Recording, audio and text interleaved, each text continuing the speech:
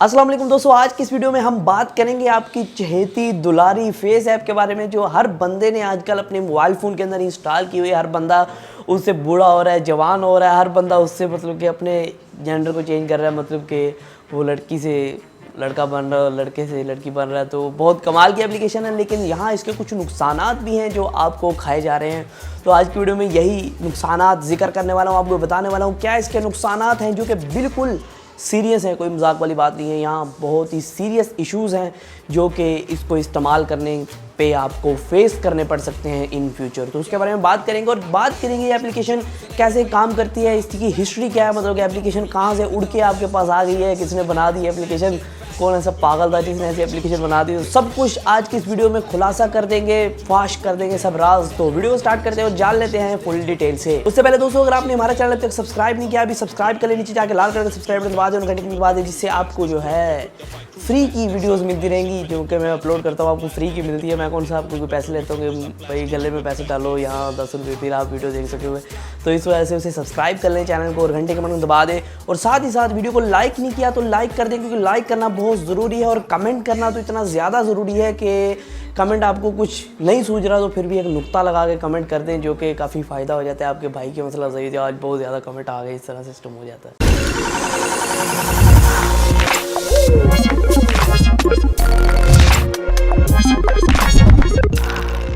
तो यहाँ कुछ इसकी हिस्ट्री जान लेते हैं दोस्तों। ये जो एप्लीकेशन है ये रशिया का एक बंदा था जिसने एप्लीकेशन बनाई, और रशिया बेस्ड एक कंपनी है जो एप्लीकेशन को लॉन्च किया उन्होंने 2017 के अंदर।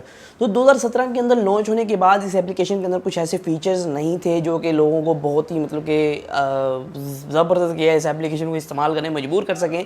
लेकिन कुछ फ़िल्टर्स और कुछ ऐसी चीज़ें ऐड करने के बाद ये एप्लीकेशन काफ़ी पॉपुलर हो गई, और ये एप्लीकेशन 2018 के अंदर बहुत ज़्यादा लोगों ने पसंद की, और 2018 के अंदर ये ट्रेंडिंग टॉपिक पर थी।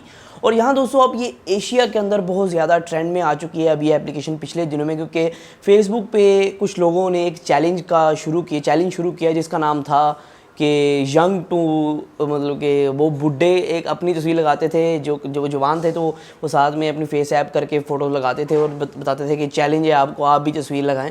तो इस तरह देखो देखी लोगों ने शुरू कर दिया और बहुत ज़्यादा लोगों ने इस चैलेंज को एक्सेप्ट किया और हर बंदा आजकल जो फेस ऐप पे अपनी फ़ोटो जो है खींच के उसको जो है कन्वर्ट करके बुढ़ा हो रहा है या लड़की बन रहा है या लड़का बन रहा है या जवान हो रहा है, इस तरह के काम हो रहे हैं। तो इस एप्लीकेशन के जो मेन काम है वो यही है कि ये आप अगर मतलब कि इस तरह आम बैठे हुए इस तरह, तो ये आपके स्माइल करा सकती है, आपको स्माइल करते हुए आप कैसे लगते हैं वो आपको बता सकती है। ये एप्लीकेशन बता सकती है कि आप जो है जब बूढ़े होंगे तो कैसे लगेंगे।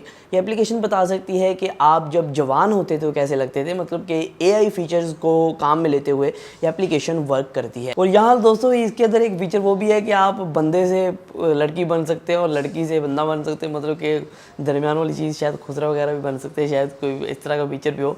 लेकिन यहाँ बहुत कमाल के फीचर्स है एप्लीकेशन के अंदर, लेकिन जहाँ कमाल होता है वहाँ पीछे कुछ ना कोई धमाल तो होता ही है। तो वो धमाल के बारे में बात करेंगे, इसके डिसएडवांटेजेस, मतलब कि ख़तरनाक जो है एप्लीकेशन आपके लिए कर रही है, आपका मुस्तकबिल तबाह कर रही है, वो क्या चीज़ है। दोस्तों यहाँ आप कोई भी एप्लीकेशन अगर फेस ऐप के अंदर एडिट करते हैं, मतलब कि उसको आप जेंडर चेंज करते हैं या फिर कुछ भी फेस ऐप के अंदर आप करते हैं, तो वो सारा उनके सर्वर पे हो रहा होता है, क्योंकि एप्लीकेशन जो है सर्वर बेस्ड चल रही है, मतलब कि पीछे इसके सर्वर होता है बहुत बड़ा। वो सर्वर रशिया के अंदर है, वो जहाँ मर्जी है, लेकिन रशिया के अंदर वो सर्वर पड़ा हुआ है, और वहाँ मतलब कि आपकी इमेजेस जितनी भी आप बनाते हैं फेस ऐप से वो जाके स्टोर होती हैं, जितना भी आप डाटा देते हैं फेस ऐप को वो जाके स्टोर होता है। अगर आप फेसबुक से कनेक्ट करते हैं इसे, या फिर मतलब कि आप किसी भी सोशल मीडिया से कनेक्ट करते हैं, तो आपका यूज़र नेम, आपका वो जो नाम है, आपका कितनी एज है, आप कितने साल के हैं, तो आप मतलब कि सब कुछ आपका जो है इसके पास चला जाता है। और साथ साथ दोस्तों मैं आपको बताता चलूँ, जो ऐसी एप्लीकेशंस होती हैं ये डाटा को बहुत ही अच्छी तरह स्टोर करती हैं, मतलब कि अच्छी तरह करने का मतलब कि संभाल के रखती है कि अगर कोई आपका डाटा लेना चाहे, मतलब कि ऐसा होता है कि जो वार्स होती हैं, जो साइबर वार्स होती हैं, उनके लिए डाटे को इस्तेमाल किया जाता है।